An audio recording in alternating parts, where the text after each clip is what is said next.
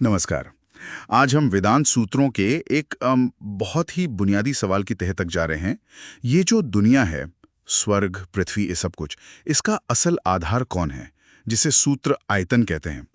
क्या ये सिर्फ भौतिक प्रकृति है, या हमारी अपनी आत्मा, जीवात्मा, या फिर कुछ और ही है? हमारे पास स्रोत हैं वेदांत दर्शन की एक कक्षा के कुछ अंश जो इसी गुत्थी को सुलझाने की कोशिश करते हैं।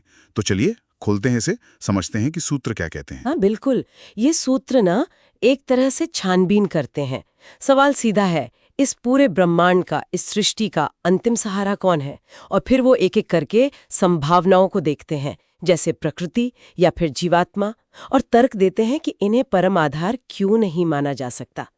बल्कि शुरू में ही ये साफ कर देते हैं कि शास्त्रों में जहां भी इस संदर्भ में आयतन शब्द आया है, उसे परमात्मा ही समझना चाहिए। हाँ, मैंने भी देखा। शुरुआती सूत्र 1-3-3 ही इसी तरफ इशारा करते हैं।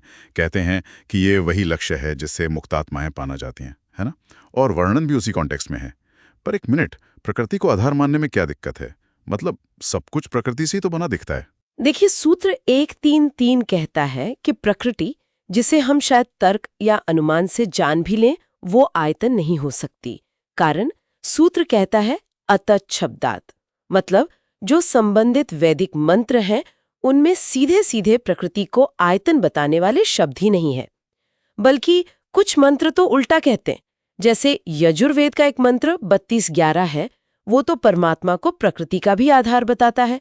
यह दिलचस्प बात यह है कि पूरा तर्कशास्त्र के शब्दों और वो कैसे इस्तेमाल हुए हैं इस पर टिका है। अच्छा, ठीक है। तो सूत्रों के हिसाब से प्रकृति तो आधार नहीं है, लेकिन फिर हम खुद, जीवात्मा, मतलब हर कोई अपना अनुभव तो खुद ही करता है ना? शायद हम ही केंद्र हों। ये सवाल भी सूत्र उठाते हैं। सूत्र 1.34 और 5 इसी बात को लेते हैं और जीवात्मा को भी आयतन मानने से मना करते हैं। क्यों? क्योंकि शास्त्रों में जीवात्मा के बारे में क्या कहा गया है?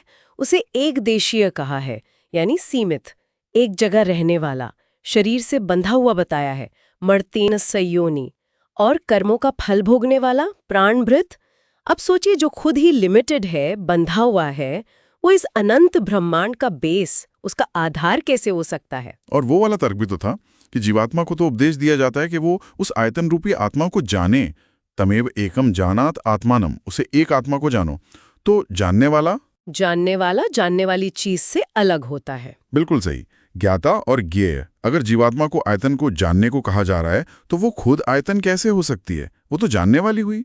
इसीलिए सूत्र कहते हैं नहीं, जीवात्मा भी आयतन नहीं है। ठीक है, तो न प्रकृति न जीवात्मा। फिर ये पक्का हो गया कि परमात्मा ही आधार है। पर इसके पक्ष में क्या पॉजिटिव सबूत, क्या प्रमाण देते हैं सूत्र? हाँ, देते हैं। सूत्र 1.3.6 सीधा मुंडक उपनिषद 2.2.5 को कोट करता है। वहां आयतन के कुछ खास गुण बताए गए हैं, जैसे वो आवी है, यानी प्रकट है, सामने है। गुहाचरम, हृदय की गुफा में रहता है। महत्पदम, महान लक्ष्य है, सब कुछ उसी में टिका है। समर्पितम, वो अणुभ्यो अणु है, छोटे से भी छोटा। और अर्चिमत, प्रकाशमान है। अब ये सारे गुण देखिए, ये किसकी तरफ इशारा करते हैं? स्पष्ट रूप से परमात्मा की ओर। और फिर अगला सूत्र 1.3.7 एक बहुत मशहूर उपमा देता है। आपने सुनी होगी, मुंडक उपनिषद 3.1.1 वाली, एक पेड़ पर दो पक्षी। हाँ, दो पक्षी वाली। एक फल खाता है और दूसरा बस देखता रहता है। बिल्कुल। तो जो पक्षी फल खा रहा है, जीवात्मा, वो कर्मों का फल भोग रहा है। उसे सूत्र में अदन कहा है, भोगने वाला। और दूसरा पक्षी परमात्मा बिना खाए सिर्फ देख रहा है, साक्षी है। उसे स्थिति कहा है, स्थित रहने वाला। अच्छा, तो इसका मतलब ये हुआ कि जो भोग रहा है, अदन, वो तो कर्मफल पर निर्भर है, आश्रित है। सही पकड़ा। और जो सिर्फ साक्षी भाव में स्थित है, वही स्वतंत्र है, वही आधार हो सकता है। तो इस उपमा से भी यही निष्कर्ष निकलता है कि परमात्मा ही आयतन है, आधार है। तो परमात्मा साक्षी है, आधार है, पर क्या वो सिर्फ एक न्यूट्रल बेस है, या उसमें आनंद, पूर्णता जैसी बात भी है? आपने शुरू में भूमा का जिक्र किया था, वो क्या है? हाँ, बहुत अच्छा सवाल है। सूत्र 1.3.18 इसी पर आता है। वो छांदोग्य उपनिषद 7.23.1 का हवाला देता है। यो वै भूमा तत्सुखम नाल पे सुखमस्ते। मतलब ये कि जो भूमा है यानी विशाल, अनंत, असीम, सच्चा सुख उसी में है। अल्प में यानी जो सीमित है, छोटा है, उसमें सुख नहीं है।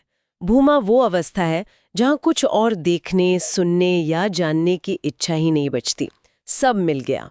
और ये भूमा कौन है? ये परमात्मा ही है, अनंत, पूर्ण और इसीलिए सच्चे टिकाऊ सुख का स्रोत। सीमित चीजें तो नश्वर है, भूमा अमृत है।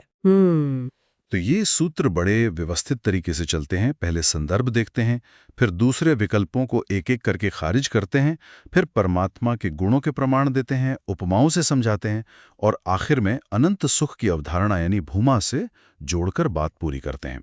निष्कर्ष यही कि ब्रह्मांड का परम आश्रय ये आयतन परमात्मा ही है। बिल्कुल, सार यही निकलता है कि इस सृष्टि की नींव, इसका आधार न तो ये जड़ प्रकृति है, न ही हम सीमित अनुभव करने वाले जीवात्मा, बल्कि वो एक विशाल, अनंत, चेतन, साक्षी सत्ता है, जो सिर्फ आधार नहीं बल्कि परम आनंद और पूर्णता का स्रोत भी है। और यहीं पर एक सोचने वाली बात आती है। उपनिषद कहता है कि इस भूमा को जानने पर एक ऐसी स्थिति आती है जहां व्यक्ति कुछ और नहीं देखता, कुछ और नहीं सुनता, कुछ और नहीं जानता। अब जरा सोचिए, हमारे रोजमर्रा के जीवन में, हमारे अनुभव में इसका क्या मतलब हो सकता है? क्या हम किसी ऐसी अंदरूनी कंप्लीटनेस, ऐसी पूर्णता की कल्पना भी कर सकते हैं जिसे पा लेने के बाद वाकई कुछ और जानने या पाने की इच्छा हमेशा के लिए खत्म हो जाए? ये एक गहरा सवाल छोड़ जाते हैं ये सूत्र।